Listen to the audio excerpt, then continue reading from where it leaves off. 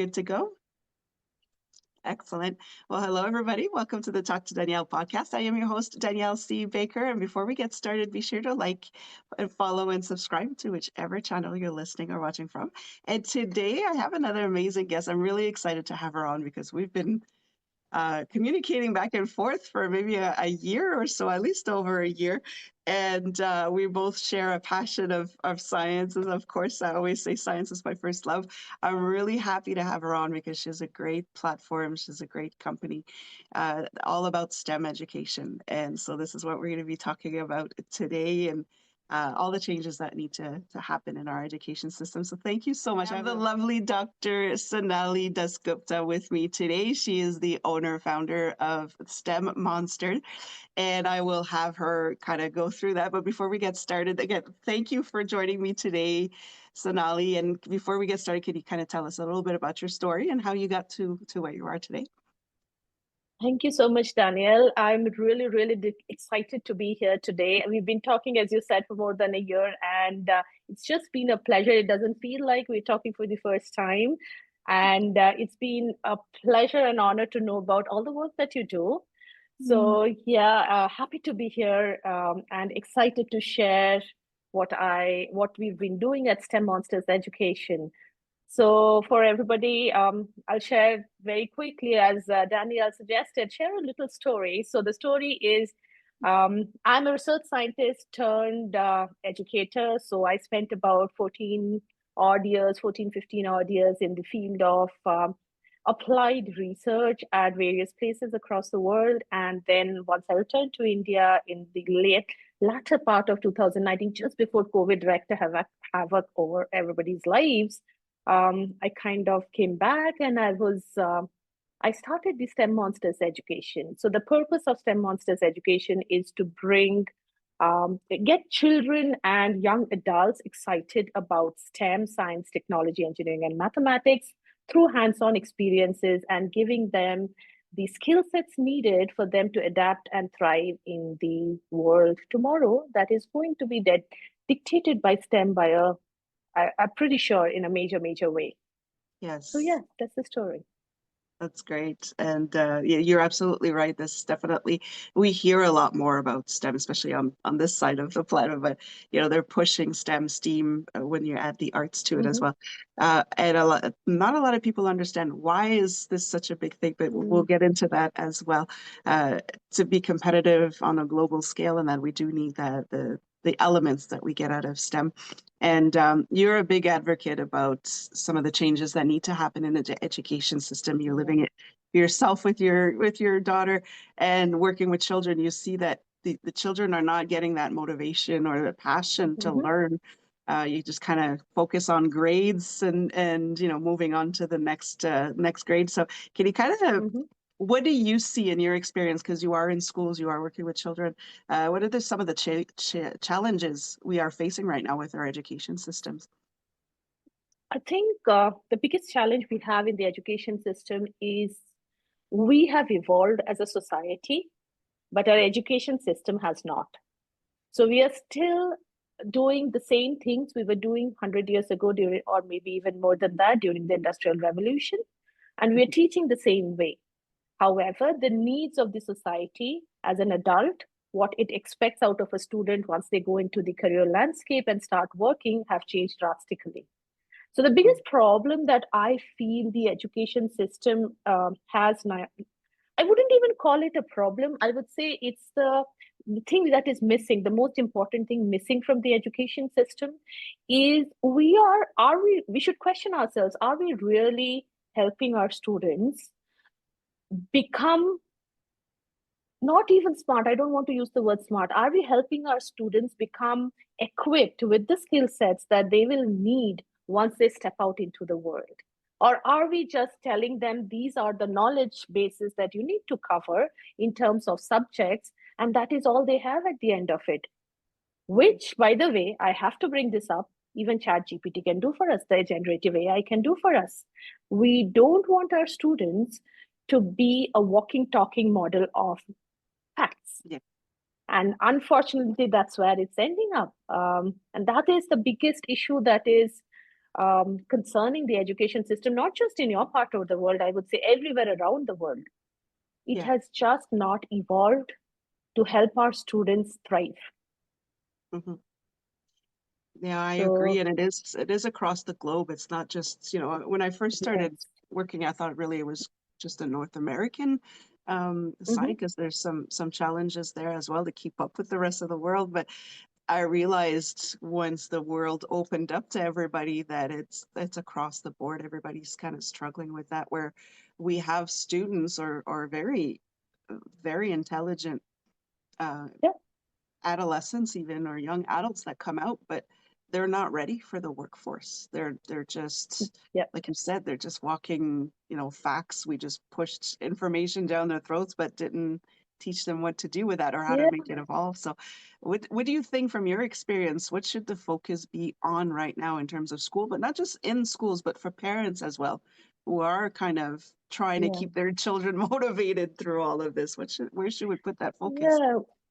That's a very, very interesting question, Danielle, because the students, when before even they become young adults, when does somebody really do well in what they're doing as an adult? It is when they are interested in what they're doing. So the Yeah. most important thing that a child or a student should have is an interest in what they are doing. Because what's happening right now, the education system is helping us create this. I use the word create in apostrophe, like helping us create these adults or young adults who have absolutely no idea what they are doing. They Hmm. are not really sure why they are doing it. And unless that why is answered for an individual, they essentially become followers. They do not become thinkers and leaders. And what we need is leaders, because the world is going to a place where we need solutions that we can't even think of. The problems that we'll face cannot be solved by an army of followers. It has to be solved by innovators and free thinkers. Hmm. So, coming back to your question of what should be the focus, I believe the focus should be on helping the students develop the mindset to learn, at the same time also to be able to connect the dots between what they are studying and the world around them. Only then can they use their knowledge to solve for a problem, because ultimately you, I, all of us, all that we are doing is trying to solve for a problem Hmm. and find solutions. And they can do that only when they have the mindset to learn along with the interest in the topic. So, as an education system or as a parent, the biggest focus should be to do what it takes to get these students to love learning, keep Hmm. their curiosity alive, and also at the same time build their foundational learning where they are loving to learn. So that is, in my opinion, the most important thing that students should have. Yeah, you're right. And even as adults, that's what we should have to keep ourselves motivated.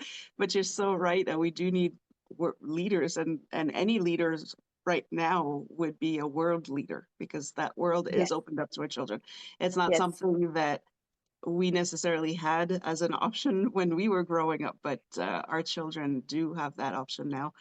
And everything we do affects the globe now. It's not just yes, affecting our yes, community; it yes, affects the world. So I think it's I like the fact that you mentioned that we need to give them the tools to know what they're doing with this. And there's such a diverse field, even in just one topic, in one yes, subject, so many other things than just, being a biologist, being in a lab.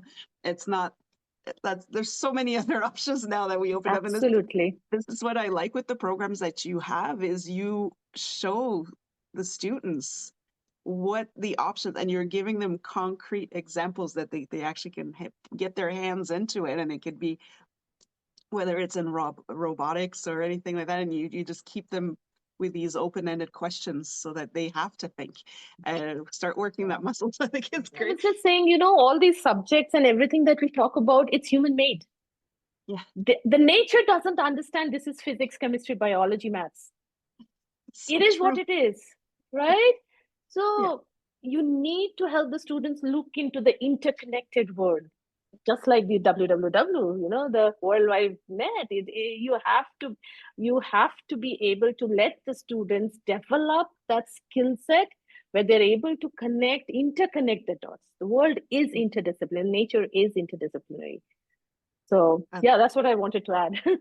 no, this is great because you're right. It's not just such a linear, subcompartments, and it's opened up, and that's what I like about it. A lot of and this is I think where from my experience where people get question, well, why are we pushing STEM in the education Mm, system?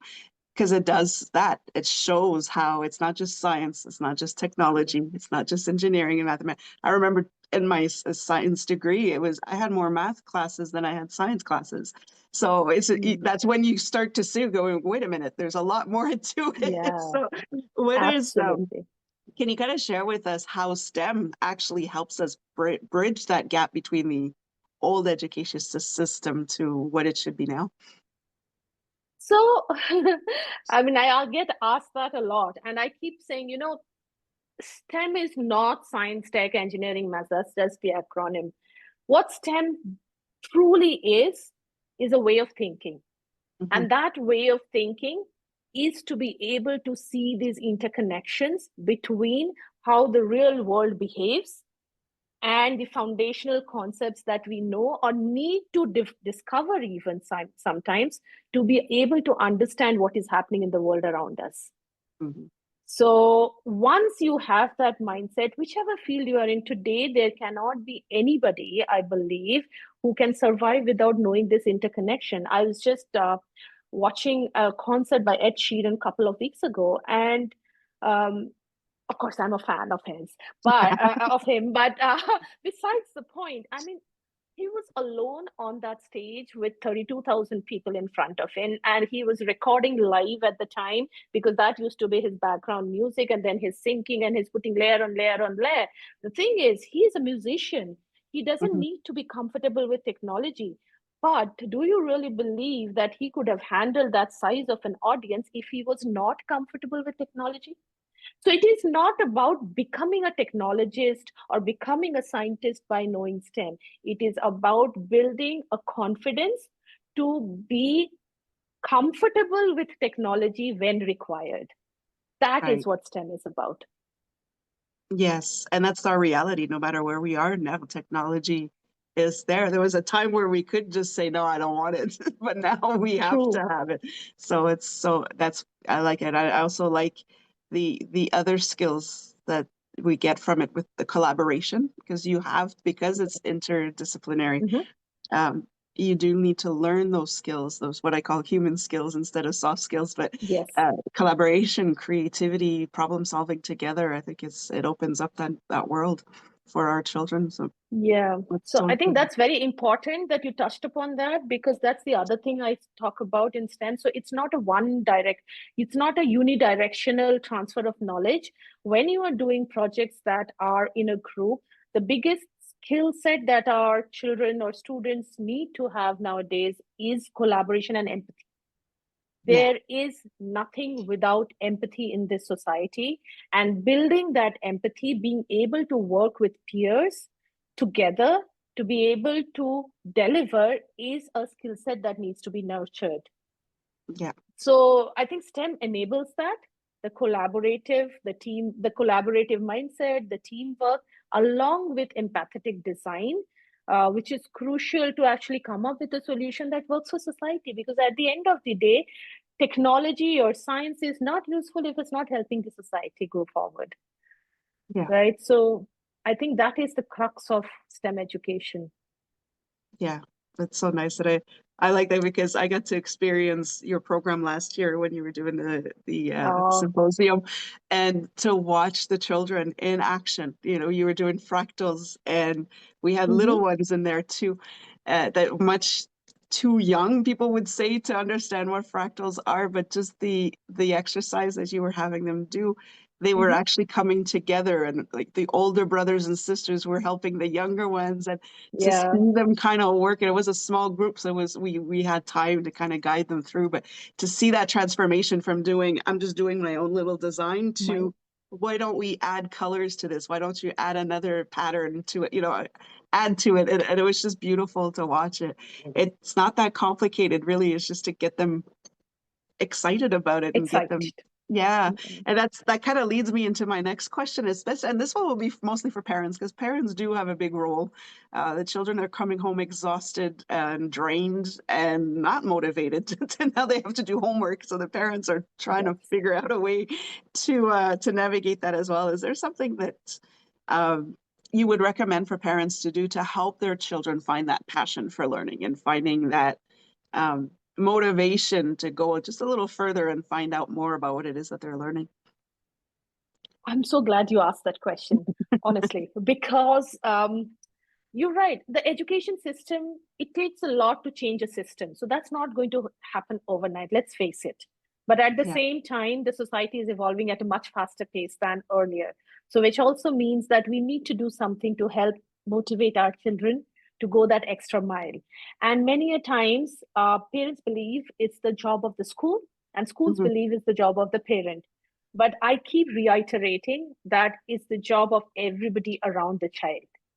And all you need to do is offer encouragement and tell them you're there, because the way you as a parent can motivate a child to ask questions with confidence, irrespective of judgment, no one else Hmm. can do that.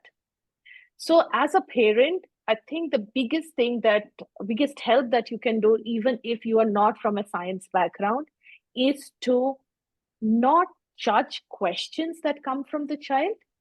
Rather, encourage it and find avenues where those questions can be answered. Now, that could be in the form of you doing a little bit of a Google search and giving them some idea. It could be in the form of telling their teacher, he asked me this or she asked me this yesterday. Would you be able to help them? Go talk to your neighbors, go talk to your friends. But all it needs is that encouragement from you as a parent to let them know any question is a good question. And that's all. I like And of that. course, there are other things. Of course, there are other things like weekends, you could go to science museums, you can go to the park.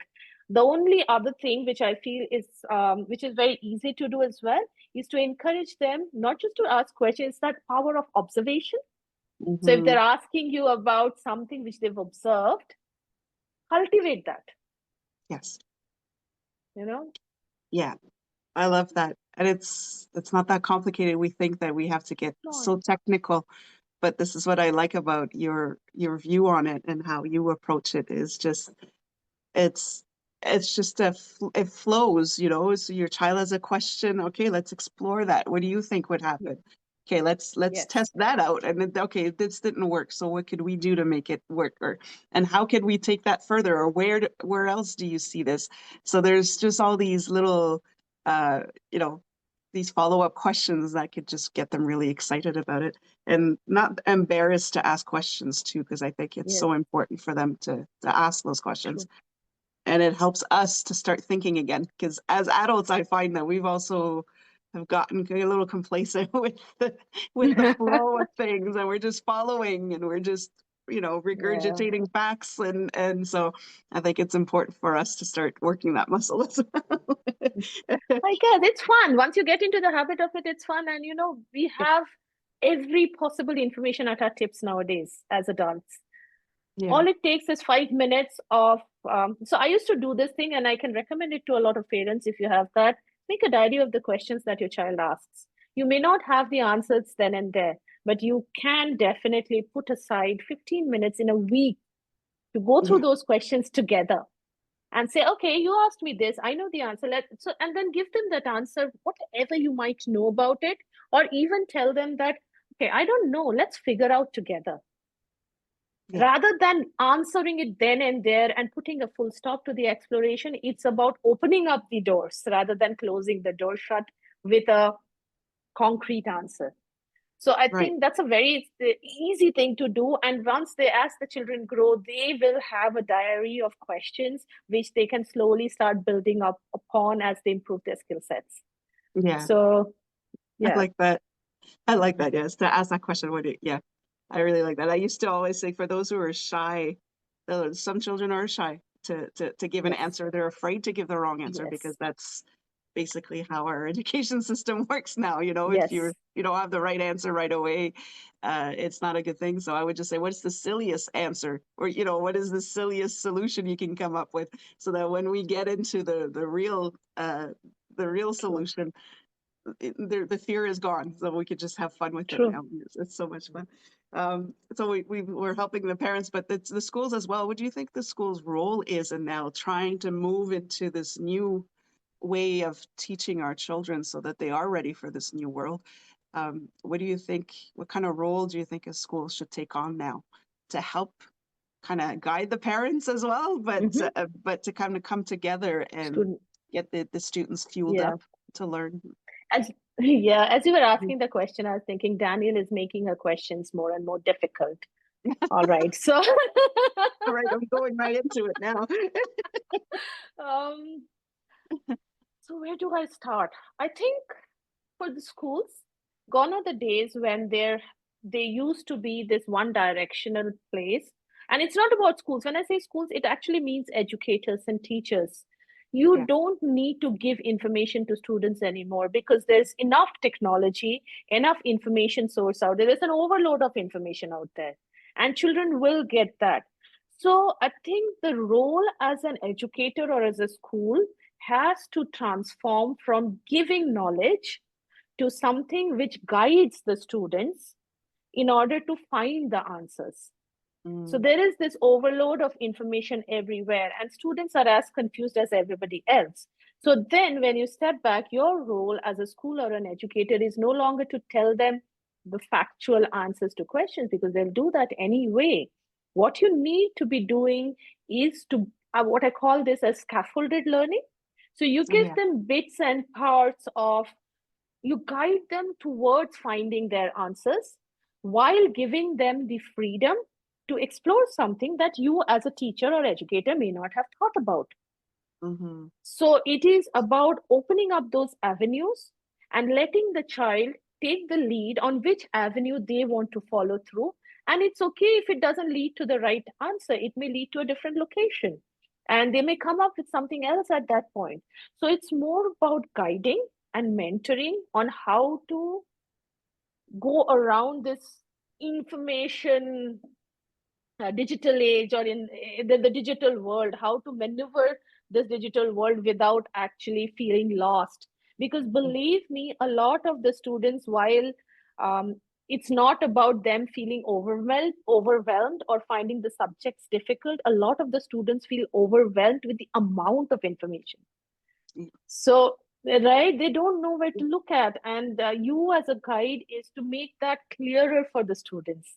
As a school, it's to make it clearer for the students, while at the same time, not be authoritarian. Hmm. So I think that is the transformation from a knowledge giver to a guide and a mentor or a place where students can explore on their own is what the school or the teaching system or teachers will have to slowly move towards. And we've seen that with generative AI coming into picture. I think the biggest problem with what generative AI has shown us, where everybody is worrying whether the assessments work or not, it is not about the assessments. What it is showing up truly, I believe, it's a mirror to our way of assessing students. It is Yeah. showing us that we have been testing them for factual knowledge. And isn't it obvious? Because now you have this algorithm which can find you this factual knowledge. Yeah. So what I love about generative AI right now is it is truly making the educators and the schools rethink what is it that we are trying to give our students? Which skill set are we giving our students? Right. So, Yeah. I like that. I like to keep it open, because it's not necessarily the fact or that one answer, but it's the process of how to get there that it's is the more important. process. Yeah. I like that. I really like that. That's not an easy question. I'm really glad that you and Yeah, all it's throughout, there's so much to do, right? there's so Where do you much, and I start? think that's what happens too with schools. They're, especially teachers, they're so overwhelmed with all that Yes. information that they need to give, and that's not all they do. So after a while, it's just like, how much more research can I do to make this Mm, interesting, right? And it's just let the children discover it. They'll tell you. Yes. They'll tell you what they Yeah, want we to used to learn. have these open book tests. Why Yeah, is it that open book tests work? It's basically the same thing. Right now, every child has an open book because there's ChatGPT, there is Claude, there's whatever other Gen AI tool is out there. What right. the Gen AI doesn't allow you to do, it will help the students answer something when you know the answer already. It's a deterministic answer. What it will not help the child to do, and which is what we want our children to be equipped with, is if it is what if they can answer the what if, that Yeah, is something that the Gen AI cannot do, yeah, that is so true. right?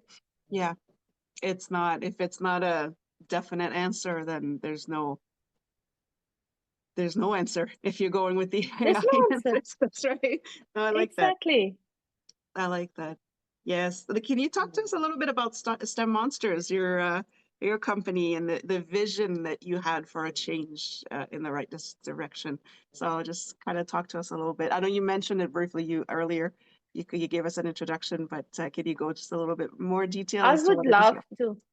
Yeah. Yeah, I would love to. I'm just thinking in my head, Daniel is asking me this question, and I can go on for hours explaining what we do. How long should we keep it? No, no, but very briefly, I think I'll try to keep it short for the viewers as well.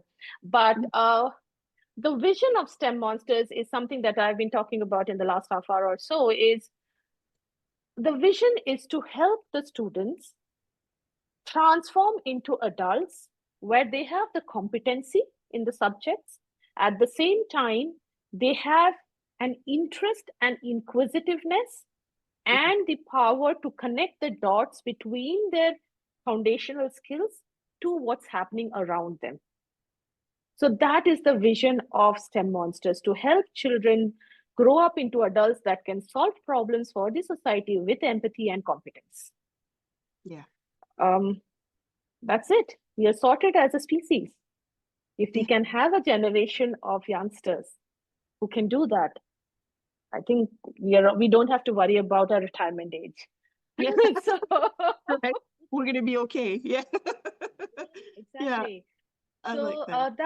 that's how what my vision is about STEM Monsters education programs, which is to give these skill sets to the students, which is competency, confidence, learnability, adaptability, and that all comes from um, having the inquisitiveness to learn at the end of the day, Yeah. right?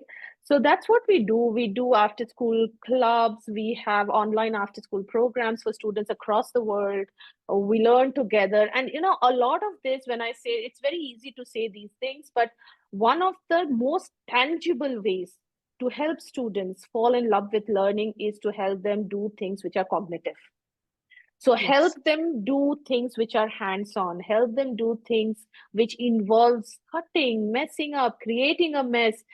Because the cognitive skills is what triggers the interest.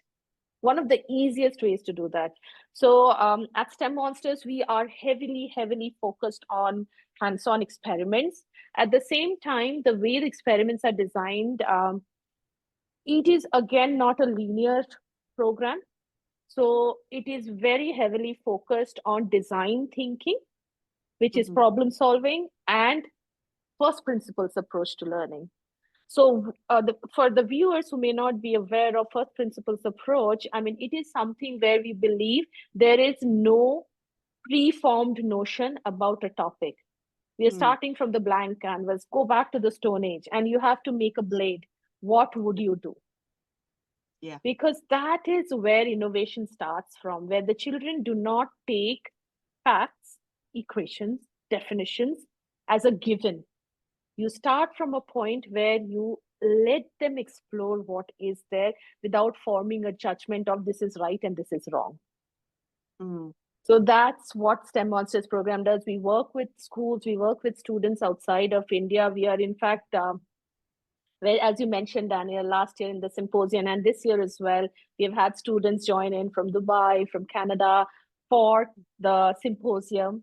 And I think we are at a position where I can see the change. I can literally feel the change happening and educators realizing the need for open ended learning. Yes. Yeah. So It's so was it short important. enough? Yes, that's perfect. Though I could talk to you about this all day. I could I just keep know. you on for the whole week. But no, and this is what I've seen from your programs as well, is it does take some pressure off the teachers or educators Yes, because now those conversations have already started naturally. It's yes, just kind of yes, it's organic. It comes up and then the teachers can just follow the student's lead in that and bring in yes, more resources, bring in a bit more information. And so it takes the pressure off of just finding the answer right away and moving on to the next yes. activity. So that's what I like about it. What's coming up for you? Like I said, I could talk to you about, but is there anything new coming up or do you have anything? You just completed the symposium, I think, this year, right? It Yes, just finished, yes, we yeah. did. We And did. so I'll leave some information on that in the description as well so people can have a look at it for Hmm. next year.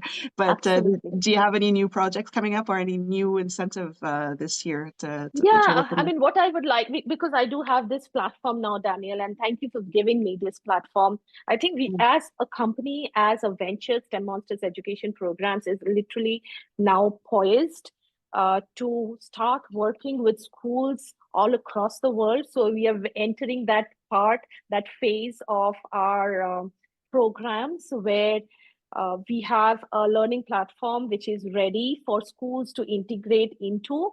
And if there is any school, any organization out there who wants to integrate the programs within the curriculum, which is whether it is IB curriculum or whether it's Cambridge curriculum, we have a system in place where it can be easily integrated into the regular curriculum for the schools, for the teachers.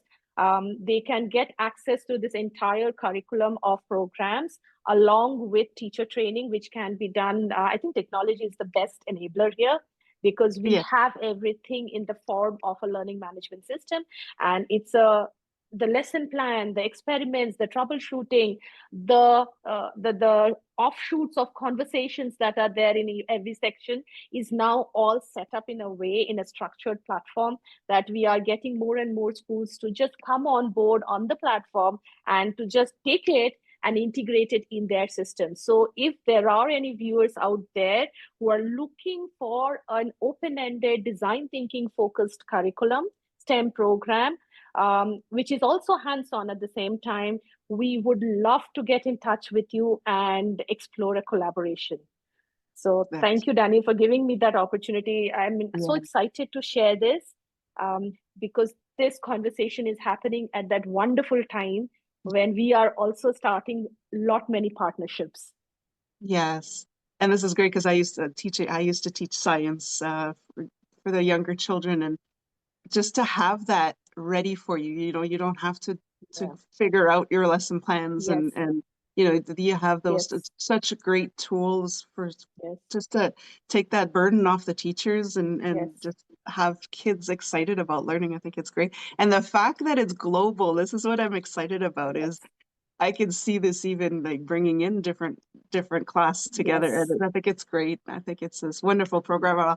I'll make sure to again in the description Yeah. what to direct I'll add people. one more thing to I'll add one more thing just to that. So we got a lot of feedback this year about the STEM Explore Symposium as well. And we had a lot of requests from people asking us to do the shortlisting of the students in various regions. So for the UK time, for the US time, for the Australian Yeah. time. And fingers crossed, we should be able to enable that in the latter part of this year. So watch out for STEM Explore. And of course, if there is a possibility to bring together schools to work on these programs, if you're looking for world-class programs that you can simply take and integrate and get the children off to a running start on getting inquisitive, would yeah, I Yes. think we are kind of ready for that now. Oh, that's amazing. I'm really excited about this to see it kind Yeah. of expand like that. I think it's so needed, and schools can really appreciate the help as well. I think it's amazing. They don't have to reinvent the wheel. It's there for them, and Yes. it's great. They're great. They're just great activities and questions that you can add. I think it's great. So thank you. And before we give everybody the information on how they can contact you, I have that Hmm. one question that I know you were worried about. Oh. I don't think my regular listeners are used Mm, to it by now, but it kind of surprised me today. I was like, yeah, that's right. I still need to explain this question, but it's a question that, of course, I promised that little girl I would ask everybody I interview, and that is, what do you want to be when you grow up? yeah. So I was a little taken aback with the question when you said, I'm going to ask you this. And but the best part, and I didn't have time to prepare. This is impromptu conversation, right? I love So it. I love it. my takeaway from the question was, I'm still young. Yes. Um, right? Yes. So, what do I want to do when I grow up? I want to build a system. I want to build a platform when I grow up where every child has the opportunity to be able to come up to me. And that's my dream, by the way. It's not even what do I want to do when I grow up. It's like I travel and people can come up and say, you know what, I want to do this. I want to do experiments. And like, yeah, right. Why don't you log on to this platform, do the experiments, and come back to me with the question? So Yeah. that's what I want to enable. I want to enable fun learning from a young age to every child around the globe.